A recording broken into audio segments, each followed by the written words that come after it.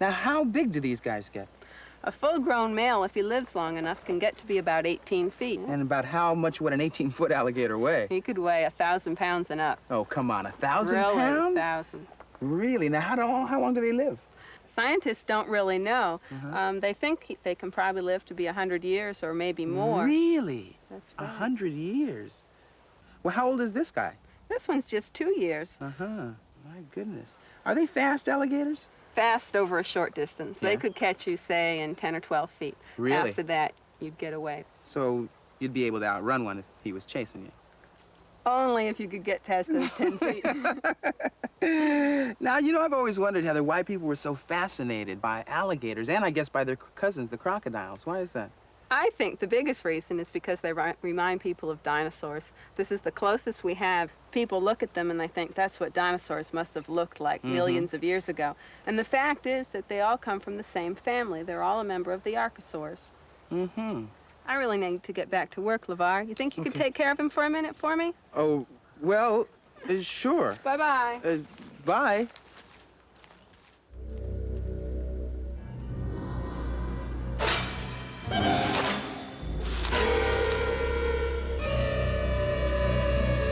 It's easy to see why alligators are the modern-day cousins to the dinosaurs, especially when we add that monster movie music.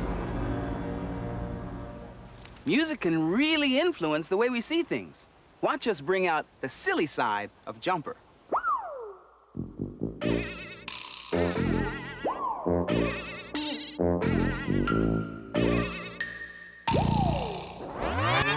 Or how about Jumper as a classical ballerina?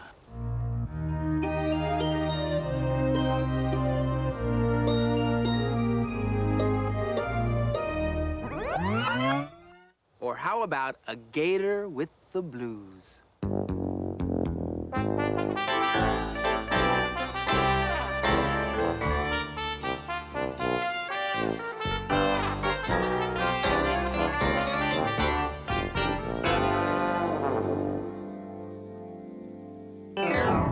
The magic of music can charm snakes, even put people to sleep. And in this book, Mama Don't Allow, music turns out to be a real lifesaver.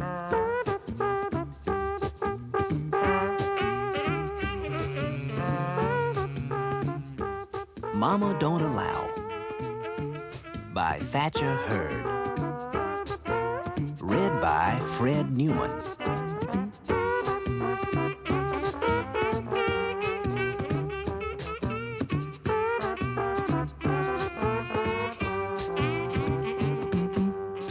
Miles got a saxophone for his birthday. Wow! Oh, how nice.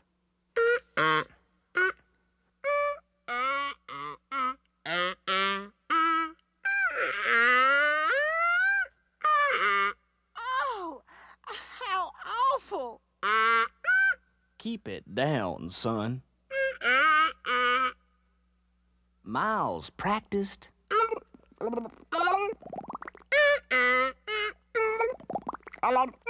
until his mama and papa couldn't stand it anymore. And his mama said, Why don't you practice outside, dear? and so he did, as loud as could be. Terrible! Terrible! Yuck! Dreadful! Miles strolled down Main Street, where he met a drummer named Al. Up Swamp Lane, where he met a guitarist named Bert. And over Bayou Bridge, where he met a trumpet player named Doc. Hey, let's play some music, Said Miles. Loud music, Said Al. Let's be a band, Said Bert. the Swamp Band. Cried Doc. And they played as loud as they could. Soon, the whole town cried out. Swamp bands play in the swamp.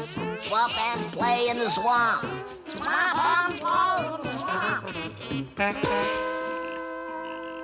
But down in the swamp, at the edge of town, the sharp-toothed, long-tailed, yellow-eyed alligators said, We love that swamp band music. You do? We like it loud. Really? Come and play for the alligator ball. When? Saturday night, after the sun goes down. Meet you at the riverboat. We'll be there. Saturday night, when the sun went down, the alligators came from miles around. How do you like my fur? They were dressed in their finest. The swamp band played their favorite song. Mama don't allow no music playing around here. She what? Well, Mama don't allow no music playing around here. Now we don't care what Mama don't allow, gonna play that music anyhow. Mama don't allow no music playing around here. This one's for Mama. Oh dear, they're playing our song. Oh, real tail-tapping music. Oh yeah. That music is good enough to eat. The swamp band played far into the night. When the music was over, the band was hungry. So were the alligators. What's for dinner? Something tender. Something juicy. The alligators snapped their jaws and smacked their lips. Oh, no. What are you doing? Swamp band. Wait, how about one more song before dinner? Okay, but make it short. Make it sweet. Yeah. And so the band sang a lullaby of swampland. 1 and 2 and... When the moon is rising and the waters move slow, that's the time to sing softly and lay your head awfully far down in the gooey damp mud. How sweet. The alligators fell fast asleep. Miles piloted the riverboat back to Swampville. Just a little closer.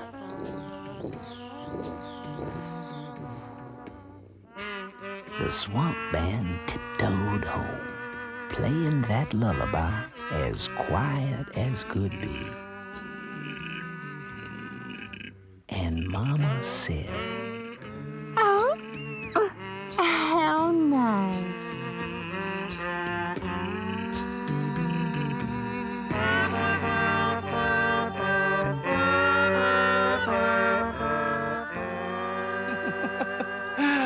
Miles and the swamp band had a great sound, didn't they?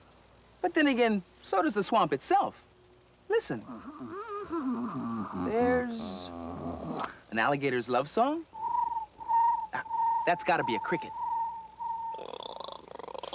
Sounds like someone is catching flies on a lily pad nearby. Actually, all of the sounds you've just heard were made by a very talented performer named Fred Newman.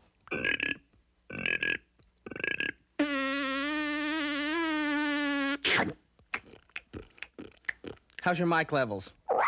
In fact, all of the swamp band music, sound effects, and the voices in today's book were done by Fred. So let's go behind the scenes of Mama Don't Allow and see how he did it. Wonderful, wonderful. Let's move into the book right now. Why don't we start with page 4? That's Miles strolling down Main Street. Right. Can we talk about how long you want the sounds like Al comes on as a drummer? Do you... Right. All right. Let's see. All right, guitarist named... So guitar, a bass. I grew up in the southern part of the United States, and there were wonderful storytellers there. And the way they told stories was with sounds. Trumpet, like...